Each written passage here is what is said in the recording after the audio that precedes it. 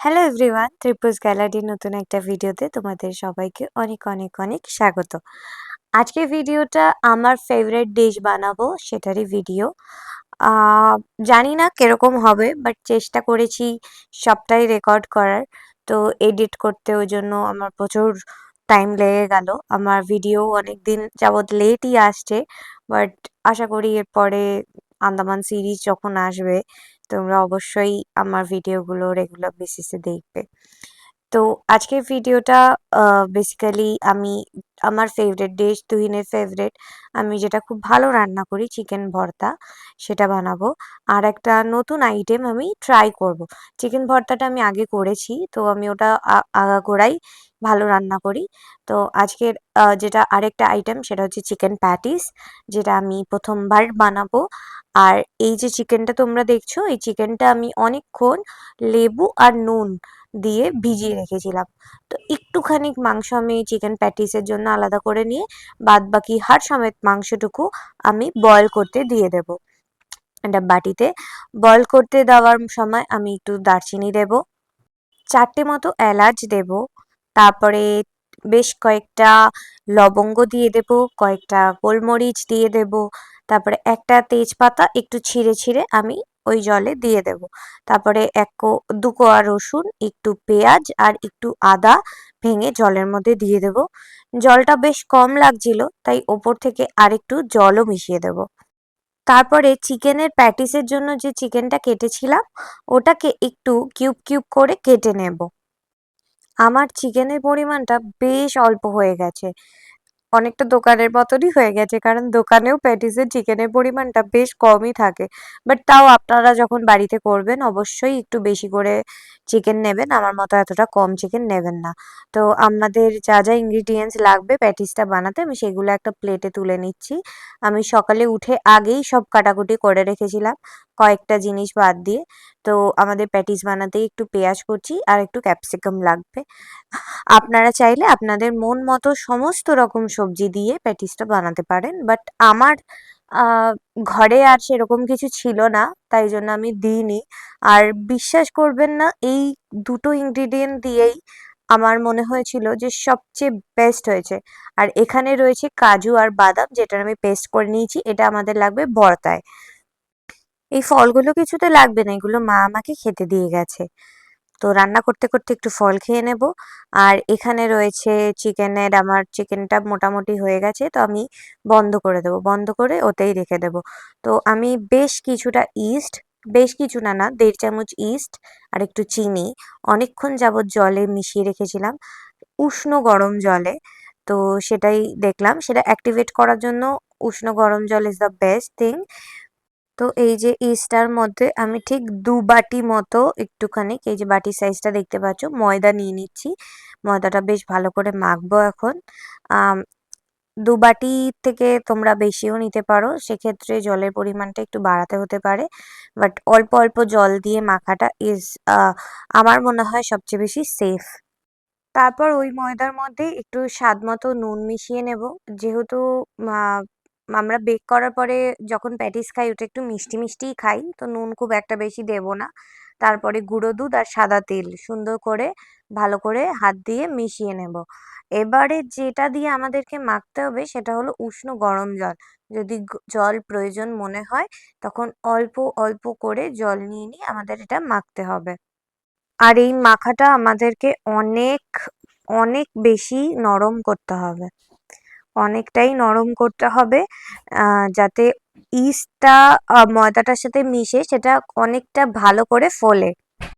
তারপরে ব্যাটারটার মধ্যে বেশ খানিকটা বাটার অ্যাড করে সেটাকে আরো ভালো করে ওটার সাথে মাখতে হবে। আমার বাটিতে অসুবিধা হচ্ছিল বলে আমি ময়দাটাকে স্ল্যাবেই মেখেছি। একদম ছিঁড়ে ছিঁড়ে একদম টেনে টেনে মাখতে হবে প্রচণ্ড প্রেশার দিয়ে, আর একদম নরম তুলতুলে করে মাখতে হবে। ঠিক আঙ্গুল দিয়ে চাপ দিলে ঠিক এতটাই সফট হবে। আমি তো বলবো এর থেকেও বেশি সফট হয়, কারণ এর আগে যখন আমি বানিয়েছিলাম তখন বেশ আরো সফট হয়েছিল ব্যাপারটা, বাট যদিও এটা অনেকটা ফুলবে, তো এটাকে অনেকক্ষণ ধরে এইভাবে মাখতে হবে, প্রায় আমি 15 মিনিট ধরে এইটা বানিয়েছি। তারপরে রাখার পরে এরকম সুন্দর করে গোল করে মিডিলে রাখবে, কারণ ওটা চারিদিক দিয়ে ফুলবে। তারপরে একটু ওপরটায় তেল লাগিয়ে দেবো ভালো করে, যাতে ফোলার পরে যখন কড়াইয়ের গায়ে লেগে যাবে ওটা চিপকে না যায়। তো ভালো করে তেল লাগিয়ে ওটাকে রেখে দেবো। এবার কড়াইতে তেল দিয়ে, সাদা তেল দেবে অবশ্যই।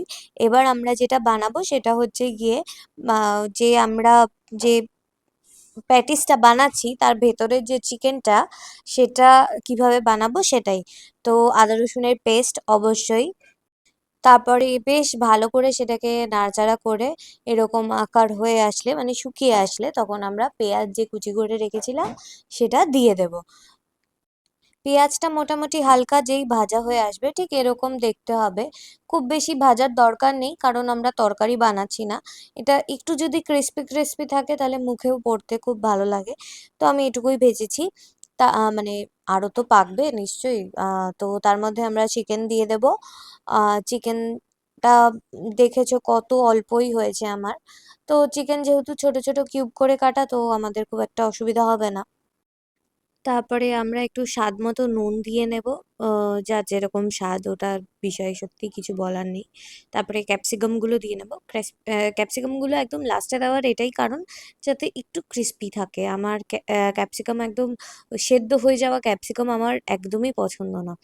তো সেটাকে ভালো করে আমরা ভেজে নিয়ে তার মধ্যে একটু গোলমরিচ গুঁড়ো, তার মধ্যে একটু লঙ্কা গুঁড়ো, তার মধ্যে আমার কাছে ক্যাচ পেরি পেরি মশলা আছে ক্যাচের। তো তোমরা চাইলে এটাও দিতে পারো, আবার নাও দিতে পারো। আর একটু অরিগানো, আমার ভুল করে এতটা অরিগানো পড়ে গেছে, তোমরা কেউ প্লিজ এতটা অরিগানো দিও না।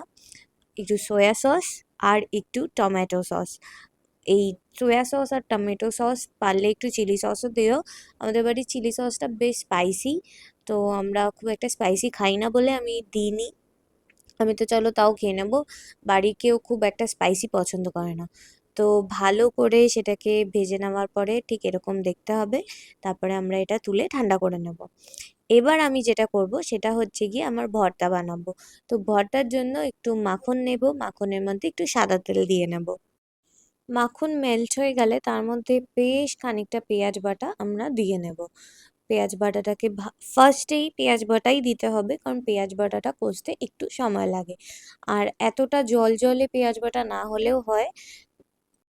তারপরে আদা রসুন পেস্ট দেব। আমি একবারেই পুরোটা পেস্ট করে রেখেছি আজকে, আলাদা আলাদা করে দিচ্ছি না। একসাথে ভালো করে এটাকে একটু মানে একটু গ্রেভিটাকে আর কি কম করে নিতে হবে। ঠিক এরকম জায়গায় আসলে পরে আমি টমেটো বাটা দিয়ে দেব। বেগুন ভর্তায় টমেটো, বেগুন ভর্তা বলছি, I am so sorry. Chicken ভর্তায় তোমার টমেটো বাটা ইজ মাস্ট। তো ভালো করে টমেটো বাটা দিয়ে সেটাকে আবারও অনেকক্ষণ কষিয়ে নিতে হবে। তো আমার টমেটো বাটা এবং পেঁয়াজ বাটা দুটোতেই অনেকটা গ্রেভি হয়ে গেছে, তোমরা একটু জলটা কম নিও। পেঁয়াজ বাটাটা দেওয়ার আগে গরম তেলেই গোটা গরম মশলাগুলো দিতে হবে। আমি ভুলে গেছিলাম তাই পরে দিচ্ছি। তোমরা অবশ্যই একদম শুরুতে যখন গরম তেল থাকবে তখনই গোটা গরম মশলাগুলো দিয়ে দিও। তারপরে বেশ কিছুক্ষণ কষিয়ে তার মধ্যে আমরা লঙ্কা গুঁড়ো দেব, তার মধ্যে আমরা দেব জিরে গুঁড়ো এবং লাস্ট ধনে গুঁড়ো। ধনে গুঁড়ো দিয়ে আর স্বাদ মতো বেশ খানিকটা নুন দেব। দিয়ে ভালো করে কষিয়ে নেব। পারলে কিছুক্ষণ ঢাকা দিয়ে রেখো, যেহেতু এটা আমার অলরেডি একটু গ্রেভি গ্রেভি, তাই আমাকে অনেকটা ঢাকা দিয়ে রাখতে হয়েছিল, আর চিটকা ছিল বলে আমি আরোই ঢাকা দিয়ে দিয়েছি। তো বেশ তেলটা ছেড়ে দিলে তার মধ্যে আমরা শ্রেড করা যে চিকেনটা আছে সেটা দিয়ে দেব। আমি যে চিকেনটা বয়েল করেছিলাম ওটাকে ঠান্ডা করে শ্রেড করে নিয়েছি, আর পুরোটা বোনলেস রাখিনি। যেগুলো পাতলা পাতলা বোন ছিল, আমার পক্ষে হাত দিয়ে ভাঙা সম্ভব ছিল, সেগুলো আমি ভেঙে একই সঙ্গে মিশিয়ে দিয়েছি, কারণ বোনের টেস্টটা থাকলে একটু আমার মনে হয় বেটার লাগে খেতে। চিকেনটাকেও মোটামুটি বেশ খানিকক্ষণ নাড়াচাড়া করে এরকম একটু মাখো মাখো করে নিয়ে তারপরে আমরা যে বাদামের পেস্টটা বানিয়েছিলাম, কাজু এবং বাদামের, সেই পেস্টটা আমরা দিয়ে দেব। তারপরে সেই বাটাটাকে ভালো করে একটুখানি মাংসের সাথে মিশিয়ে নেব। দেন ওপর দিয়ে একটু দই দিয়ে দেব, দইটা একটু ফেটিয়ে দেব যাতে লাম্পস না হয়। আর যদি মনে হয় গ্রেভিটা একটু হোয়াইটিশ হয়ে যাচ্ছে, তাহলে কাশ্মীরি রেড মির্চ অবশ্যই দিয়ে দিও যাতে কালারটা ভালো আসে। আর যদি গ্রেভি শুকিয়ে যায়, চিকেনের যে স্টকটা বেঁচে থাকবে ওই স্টকটা দিয়ে গ্রেভিটা আমরা বাড়িয়ে নেব। তো বেশ ভালোক্ষণ অনেকক্ষণ কষানোর পরে একটু টেস্টের জন্য কাসুরি মেথি আর ধনেপাতা দিয়ে এবার বেশ খানিকক্ষণ আমি এটাকে আহ, প্রথমে ঢাকনা খুলে কষাবো, তারপরে বেশ খানিকক্ষণ ঢাকনা দিয়ে কষাবো। তারপরে যখন মনে হবে যে আমাদের মাংসটা অলমোস্ট তৈরি হয়ে এসছে, তখন ওপর দিয়ে একটু গরম মশলার গুঁড়ো ছড়িয়ে দেব, অবশ্যই চাপা দেওয়ার আগে, তাহলে গুঁড়োটা ভালো করে মেল্ট হয়ে যায়। আমি আর একটু ধনেপাতা দিয়ে অ্যাড করে অনেক বেশ খানিকক্ষণ 2 মিনিট কি 3 মিনিট চাপা দিয়ে রেখেছিলাম। চাপা ওঠানোর পরে আমি ডিম দিয়েছি, মোটামুটি 3টে ডিম বক্স বক্স করে আলু কাবলির আলু কাটার মতো কেটে দিয়েছি। আমার ডিমগুলো হাফ বয়েল হয়েছিল বলে আমাকে তরকারির ডিম মেশাতে হয়েছে, বাট সেজন্য খুব একটা খারাপ খেতে হয়নি। আর আজকে আমি ক্রিম ছাড়া রান্না করেছি। তোমরা যদি বাড়িতে আর একটু ক্রিম থাকে তাহলে অবশ্যই চিকেন ভর্তায় দিও, এতে টেস্টটা আরও অনেক বেশি বেড়ে যায়। তো চিকেন ভর্তা আমাদের রেডি। আমার মতো আনপ্রফেশনাল কুকস যারা আছো তাদের জন্য একদম ইজি প্রসিডিওরে চিকেন ভর্তা। তো আমার যে ডিমগুলো হাফ বয়েল হয়েছিল, তো একটা হাফ বয়েলের হাফ দিক আমি রেখে দিয়েছি, রেখে দিয়ে সুন্দর করে ডেকোরেট করে আর কি রাখলাম। লেবুটা রেখেছিলাম যে বাই চান্স যদি ঝাল হয় তাহলে দেবো, বাট প্রয়োজন হয়নি। তো এবার যেটার পালা সেটা হচ্ছে গিয়ে বিকেল হয়ে গেছে, ঘুম টুম থেকে উঠে এবার বিকেলের জল খাবারের জন্য আমি আমার যে ওটাকে কি বলে প্যাটিসটা ছিল সেটা এখন মাখবো। তোমরা দেখতেই পাচ্ছ যে কতটা এটা ফুলে গেছে। তো প্যাটিসটা এবার মাখবো আমি, মানে প্যাটিসটা আর কি বানাবো আমি এয়ার ফ্রায়ারে বানাবো। তো সেটার জন্য আগে এবার 4 ভাগ করে নেব। তারপরে সুন্দর করে চাটুতে আর বেলনিতে সাদা তেল লাগিয়ে নেব। তারপরে হাত দিয়ে চেপে চেপে এটাকে একটু গোল শেপ দিয়ে তারপরে ভালো করে বেলনি দিয়ে ভালো করে বেলে নেব একটু রাউন্ড শেপে। এটা আমার ফার্স্ট টাইম বানানো, তো আমার থেকে তোমরা শিখলে লাভই হবে, কারণ খেতে খুব টেস্টি হয়েছিল। তো বেশ বড় করে আমি একটা গোল রুটির মতো করে নেব। তারপরে পরোটার মতো রুটিটাকে আমি আবার একটু ফোল্ড করে সুন্দর মতো আবার গোল করে আবার বেলবো। এটা করলে কি হবে আমি জানি না, বাট আমার মন বললো এটা করা উচিত, তাই আমি করলাম। তারপরে আবার এরকম সুন্দর করে আর কি বেলে নেব গোল করে, বেশ মাঝারি সাইজ মতো করব আর কি। চিজ কিউবটাকে গ্রেট করেও দেওয়া যেত, বাট আমার মনে হয়েছে এর থেকে ভালো আর পসিবল হয় না। মানে আমি ল্যাদের জন্য চিজ কিউব ইউজ না করে এটা দিয়েছি যাতে কম খাটনি হয় সেই জন্য, বাট এটা আমার মনে হয় বেস্ট ডিসিশন ছিল। তারপরে ওপরের দিক থেকে এভাবে ঘুরিয়ে ঘুরিয়ে কাটবো, এটা নিচের দিক থেকে কাটলে বেশি ইজি হবে। তো এরকম ভাবে সাইড দিয়ে এরকম একদিকে কাটবো, বাট যেটা আমি ভুল করেছিলাম পরের বার ঠিক করে নিয়েছি, একবার এদিকে একবার এদিকে কাটলে বেশি ইজি হবে ব্যাপারটা। একবার এদিকে একবার ওদিকে করলে কি কাউন্টিংটা ঠিক থাকবে, অরেলস না হলে তোমাকে গুনে গুনে গুনে গুনে করতে হবে যাতে তোমার শেপগুলো আর কি তুমি একটার সাথে একটা তো জয়েন্ট হবে, মানে ক্রস করবে তো বেশি হয়ে গেলে আবার একটা লুজ থেকে যাবে। তো সেই জন্য তো এর মাঝখানে ভালো করে চিজ, একটা গোটা চিজ পুরোটা দেবো। এটা আমার বেস্ট ডিসিশন ছিল এই চিজটা ইউজ করা। তোমরাও যদি করো তো এই চিজটাই ইউজ করো, আমি এটাতে বেশি টেস্টি খেতে লাগছিল। তারপরে চিকেনের যেটা আমরা বানিয়েছিলাম সেটা আমি এটার ঠিক মিডিলে ওই চিজের ওপর দিয়ে প্লেস করব, আহ এরম ভাবে একবার এদিকে রাখবো, তারপরে একবার ওদিকে রাখবো। এরকম করে করে আমরা পুরো জিনিসটাকে একটা শেপ দেব, মানে ক্রিস শেপ। ওই নিচে জয়েন্ট না করলেও হবে, বিকজ ওটা পরেরটাতে ঢাকা পড়েই যাবে। তো জয়েন্ট না করলেও কোনো অসুবিধা নেই। তো এটা শেপটা এরকম হয়েছে। তো প্রথমবার করেছি, প্রথমেরটা শেপটা একটুখানি আমার মনে হয় আমার পরেরগুলোর থেকে প্রথমের শেপটা বেটার এসেছিল। বাট তাও প্রথমে একটা ভুল করেছি, ওই সামনের মুখটাকে আমার ঢাকা দেওয়ার ব্যবস্থা করা উচিত ছিল, বা আমি নিচের দিকে না করে ওপরের দিকে যদি করতাম তাহলে সেটা খুব সুবিধা হতো। তো এটা এরকম হয়ে গেল। এবার নিচের যে বাকি অংশটা থাকবে ওটা একটা ফিশ টেলের মতো আমি এরকম ওপর দিকে তুলে দেবো আর কি, এরম ভাবে। ঢাকা হয়ে গেল, বাট সামনের দিকটা এই এই পার্টিকুলার এইটার একটু সামনের দিকটা ফাঁকা রয়ে গেছিল। তো আমার প্রথম পিসটা মোটামুটি রেডি হয়ে গেছে। তো এটা আমার ফার্স্ট পিস। তারপরে আমি আরো 4টে এভাবে বানিয়ে নেব। আর হ্যাঁ, পরেরগুলো আমি এভাবে এভাবে করেছি যাতে একদম মিডিলে আর কি হয়। তো যথেষ্ট ভালো হয়েছিল পরেরগুলো শেপগুলো। তো যেটা একটা গড়বড় হয়েছে এটা আমাকে শিখতে হবে আরো, যেহেতু এটা প্রথমবার। আমি যখন এয়ার ফ্রায়ারে দিয়েছি শেপগুলো অত প্রমিনেন্ট আসেনি, এখানে যেমন প্রমিনেন্ট বোঝা যাচ্ছে বাট এয়ার ফ্রায়ারে মিলিয়ে গেছিলো। আর এখানে আমি ডিম আর দুধ ফাটিয়ে নিয়েছি। সবাই বলে যে শুধু এগের ইয়কটা ইউজ করতে, তাহলে বেকিং এর সুবিধা হয়, বাট আমি এয়ার ফ্রায়ারে জানি না কি ফান্ডা আছে, তো আমি দুটোই একসাথেই দিই। তো আমার অসুবিধা তো কিছু হয়নি। তারপরে এয়ার ফ্রায়ারে তেলটা ব্রাশ করে ওটার ওপরে আমি বা আমার মানে প্যাটিসটাকে বসিয়ে দেবো। তারপরে এখানে একটা পিৎজা বেকিং এর অপশন আছে, সেই অপশনটাতে ক্লিক করব, করে এটাকে বেকে বসিয়ে দেবো 170 ডিগ্রিতে আর কি। এটা 20 মিনিটের জন্য বেক হবে।